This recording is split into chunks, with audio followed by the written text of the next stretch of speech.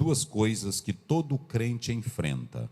Eu quero que isso fique bem claro, e cada irmão que está aqui. Essa mensagem hoje, ela é uma mensagem para falar aos nossos corações e também ajudar aqueles crentes que passam por lutas. Duas coisas que todo crente enfrenta. Nós colocamos aí que a palavra de Deus, ela é linda. A palavra de Deus, ela é maravilhosa, porque ao mesmo tempo que ela mostra grande fé de Abraão, que é chamado lá em Tiago 2 de amigo de Deus, a Bíblia mostra a fé espetacular, a fé grandiosa de Abraão. Pode colocar aí a introdução. Essa fé poderosa de Abraão, vocês estão vendo aí, ela revela a fé de Abraão, revela a fé fenomenal de Jó, no capítulo 1, verso 20 e 21, quando ele perde tudo, ele louva ao Senhor, ele adora a Deus, ele agradece a Deus, dizendo: eu nu saí do ventre da minha mãe, nu voltarei para lá. Isso é muito importante, porque você tem na Bíblia esses paradoxos. Você tem um Abraão de uma grande fé, você tem um Jó de uma grande fé, mas é interessante também nós analisarmos na Bíblia que esses homens que desfrutavam de um relacionamento e de uma comunhão com Deus, irmãos, eles também entraram em crise. É isso aqui que eu quero mostrar para os irmãos. Esses homens entraram em crise. A Bíblia não mostra só um Moisés poderoso, só um Moisés grandioso. A Bíblia mostra um Moisés querendo desistir. A Bíblia mostra um Moisés dizendo: quem sou eu para ir? A Bíblia mostra essa crise existencial também que se dava na vida desses homens de Deus. A Bíblia mostra um Gideão que vai com os 300, mas um Gideão que está inseguro, um Gideão que tem medo, um Gideão que quer sinais, um Gideão que quer confirmação. A Bíblia mostra no capítulo 9 de 2 Reis, um Jeú impetuoso, um Jeú valente, um Jeú destemido. Mas a Bíblia também mostra homens poderosos na fé que tiveram crises, que tiveram lutas.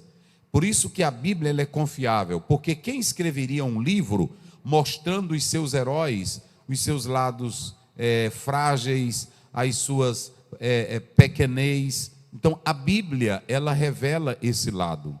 E o que eu acho mais lindo é quando você chega em 2 Coríntios, no capítulo 4, verso 8 e 9.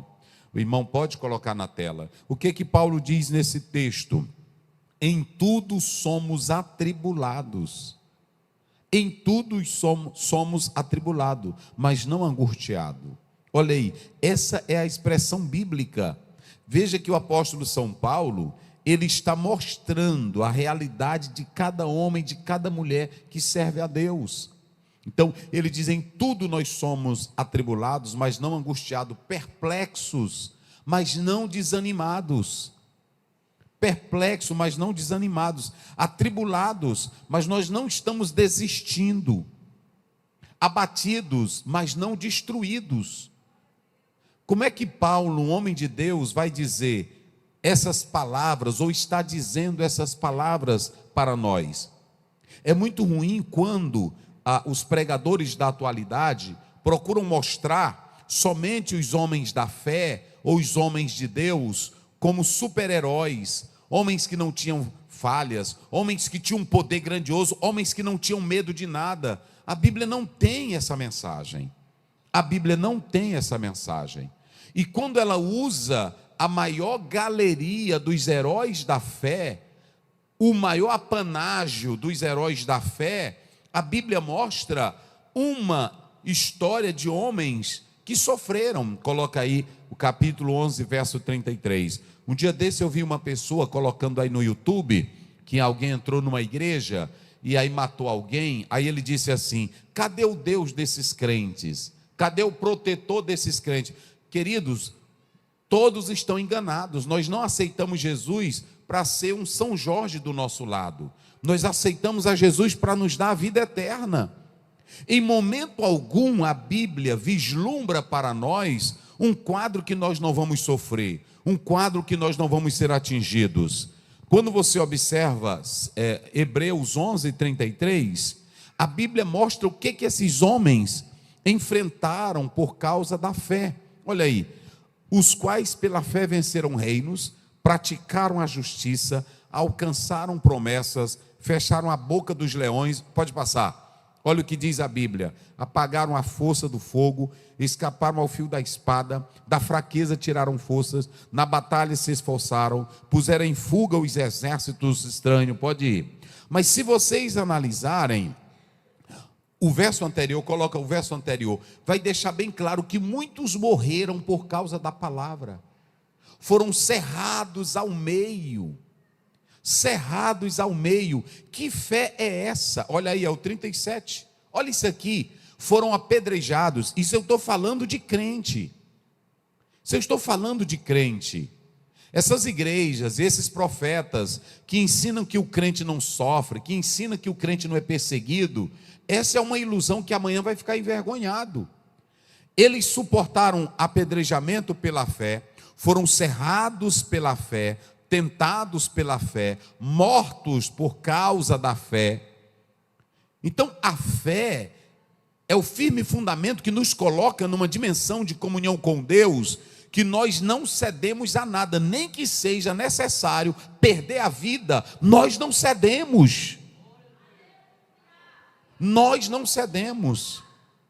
E é isso que eu quero dizer para vocês. E eu vou dizer uma coisa aqui esta noite, escutem, olhem bem para mim. Eu disse que eu ia falar paulatinamente. Senhores obreiros, por que hoje os seguidores do islamismo e muitos que seguem a doutrina muçulmana, muitos que seguem, por que hoje eles estão tendo um crescimento? E pasmem, dizem que vão crescer mais do que os cristãos. Por quê?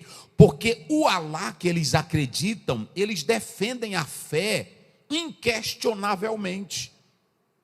E o grande problema nosso, hoje é teólogo questionando a fé, é teólogo questionando a Bíblia. Uma coisa que ele pregava hoje, amanhã ele não prega mais. É crente que um pastor ensina uma coisa da Bíblia, o outro ensina ali errado. Há uma divergência tão grande que a celeuma e a confusão é grande. A Bíblia, ela não ensina uma fé emotiva. A Bíblia não ensina uma fé de oba-oba. A Bíblia não ensina uma fé de que tudo vai bem para nós. De que tudo vai bem para nós. Não existe isso. Não existe esse cenário. Qual é o meu conselho para você que é crente? Qual é o meu conselho para você que frequenta a igreja? Seja fiel. Seja fiel a Deus e sirva a Ele, independentemente das coisas irem bem ou mal. Sirva a Ele com alegria, porque nas mãos de Deus nós estamos bem amparados. Quem glorifica a Deus? Diga comigo isso, nas mãos de Deus. Mas diga com vida, igreja, nas mãos de Deus nós estamos bem amparados. Quem falou isso foi o próprio Davi, me parece que em 1 Samuel 24, ele diz: eu quero cair nas mãos de Deus, não é isso? Eu quero cair nas mãos de Deus, do que cair nas mãos dos homens.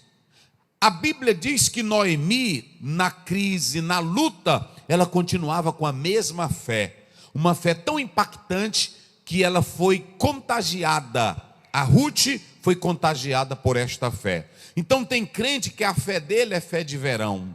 Tem crente que a fé dele é por época. Um dia está alegre, outro dia está mole. Um mês está se congregando, outro mês não está. E a minha Bíblia diz em 1 Coríntios 15:58: sede firmes, constantes, abundantes na obra do Senhor, porque nele o vosso trabalho não é vão. Quem glorifica a Deus?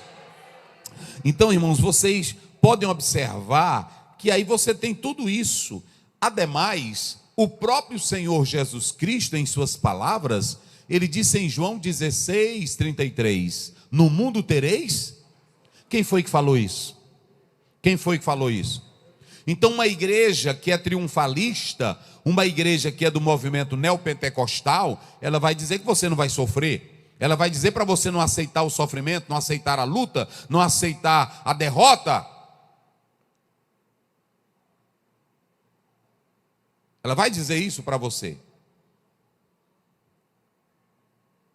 Só que é uma coisa interessante, Jesus disse: no mundo tereis aflições. Paulo e Pedro e Tiago juntos vão ser uníssonos e vão dizer assim: tende grande gozo quando passardes por várias provações.